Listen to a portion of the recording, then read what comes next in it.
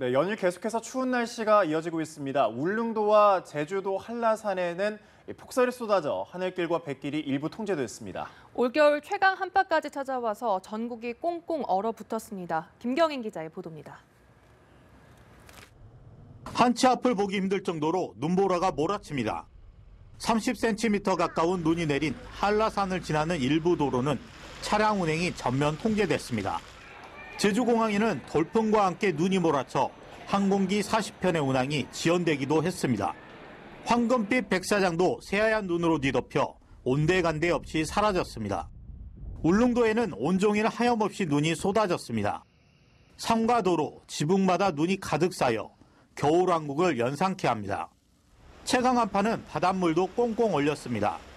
끊임없이 파도가 몰아치는 갯바위에 고드름이 길게 자랐고 바위 틈에 고인 바닷물도 얼어붙었습니다. 영하 10도를 밑도는 날씨에 결국 수도관 동파도 잇따랐습니다. 가스토치로 언 수도관을 녹여보려 애를 써보지만 쉽지 않습니다. 수도가 얼어버려가지고 물이 안 나와버려요.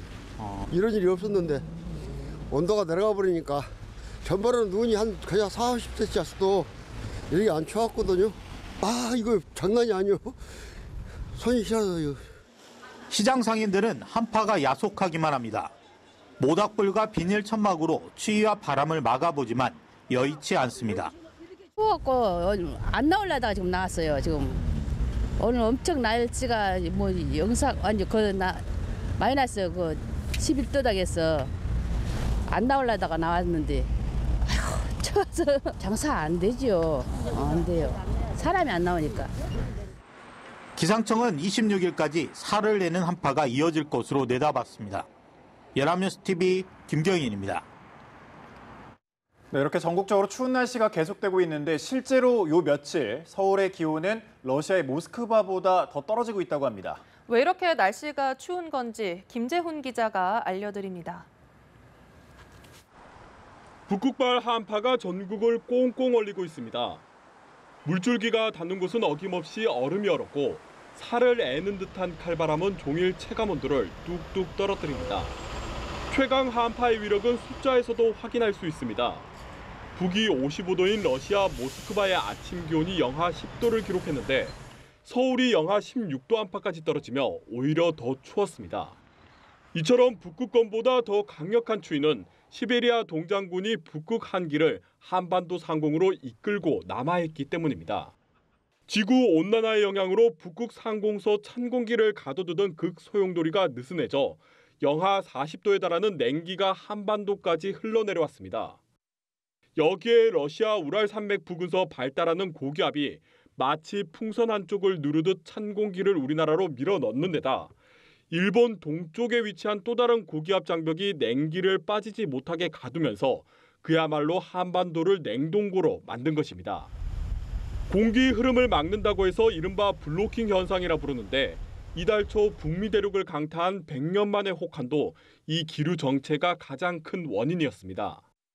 약 5km 상공에 영하 40도 내외의 찬 공기가 정체하면서 강한 북서풍을 따라 우리나라 부근으로 매우 찬 공기가 계속해서 유입되고 있습니다. 기상청은 다음 주 중반쯤 기류 정체가 풀리면서 예년 날씨를 차츰 회복할 것으로 내다봤습니다. 연합뉴스 TV 김재훈입니다. 네, 어제 오후 7시 30분쯤 서울시 노원구 하계동 한 아파트 지하에서 온수를 공급하는 열수송관이 파손됐습니다. 이 사고로 노원구와 중랑구 일대 총 6만 5천 세대에 난방과 온수 공급이 끊겨 영하 속의 추위에 주민들은 큰 불편을 겪고 있습니다. 서울에너지공사는 파손된 열수송관의 밸브를 긴급 차단했고 현장에 인력을 투입해 파손된 배관을 긴급 복구 중입니다. 공사 측은 복구에 다소 시간이 걸릴 것으로 보인다며 해당 지역의 동주민센터와 경로당 등에 난방을 틀어 주민이 이용할 수 있도록 하고 있다고 밝혔습니다. 사고 현장을 점검한 박원순 서울시장은 빠른 시간 안에 복구를 마치고 주민 안전에 만전을 기해달라고 당부했습니다. 네, 우리 측 선발대 방북에 이어 북측 선발대가 오늘 우리나라를 찾습니다. 이들은 2박 3일의 일정으로 서울과 강릉, 평창을 방문해 숙소와 경기장 등을 둘러볼 계획인데요. 북한 여자 아이스하키 선수단 15명도 함께 방남해 우리 선수들과 합동훈련에 들어갈 예정입니다. 보도에 임혜준 기자입니다. 윤용복 체육성 부국장이 이끄는 북측 선발대 8명이 2박 3일간의 일정으로 오늘 우리나라를 찾습니다. 평창올림픽 기간 선수단과 응원단, 태권도 시범단이 머물 숙소와 경기장, 공연장 등을 점검하기 위해서입니다. 이들은 앞서 현송월을 단장으로 한 북측 예술단 사점점검단의 방남 경로였던 경의선 6로를 이용할 예정입니다. 선발대는 우선 강원도로 이동해 숙소부터 확인합니다. 유력한 곳으로는 인제 스피디움이 거론됩니다.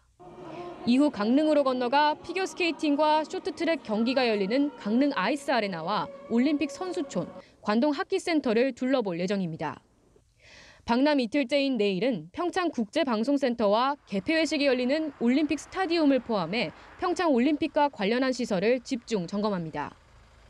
마지막 날인 모레 서울로 이동해 태권도 시범단이 머물 숙소와 공연장이 될 것으로 추정되는 MBC 상암홀 점검을 끝으로 방남 일정을 마무리합니다. 한편 선발대와 함께 북한 여자 아이스하키 선수단 15명도 방남합니다. 북측이 어젯밤 통지문을 통해서 내일 25일 파견하는 북측 선발대와 함께 여자 아이스하키 선수 15명을 보내겠다고 알려왔습니다. 선수 12명과 감독, 지원 인력으로 구성된 북측 선수단은 진천으로 이동해 우리 선수팀과 합류해 본격적인 훈련에 들어갈 것으로 보입니다. 연합뉴스 TV 임혜준입니다. 2박 3일간의 방북 일정을 마친 우리 측 선발대가 오늘 귀환길에 오릅니다. 통일부 이주택 교류협력국장을 단장으로 한 12명의 선발대는 지난 23일부터 남북 문화행사가 열리는 금강산지구와 남북 스키 선수들의 공동훈련 장소인 마식령 스키장, 갈마 비행장 등의 시설을 점검했습니다. 이들은 오늘 금강산지구를 재차 점검한 뒤 오후 6시쯤 동해선 6로로 돌아올 예정입니다.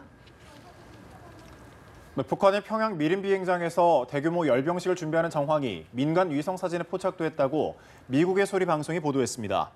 방송이 공개한 위성 사진을 보면 북한 시간으로 지난 23일 오전 10시쯤 비행장 광장 한쪽에 차량 수백여 대가 주차돼 있고 곳곳에 군인으로 보이는 사람들이 줄을 지어 이동하고 있습니다. 방송은 사진을 토대로 작년 11월 말부터 차량 수백여 대가 이곳에 집결하기 시작해 지난달 말 현재 대형을 갖춘 것으로 추정된다고 전했습니다. 앞서 북한은 기존 4월 25일이었던 인민군 창건일 건군절을 2월 8일로 바꿨으며 건군절 70주년인 이날 열병식을 준비하는 동향이 우리 정부에도 포착됐습니다.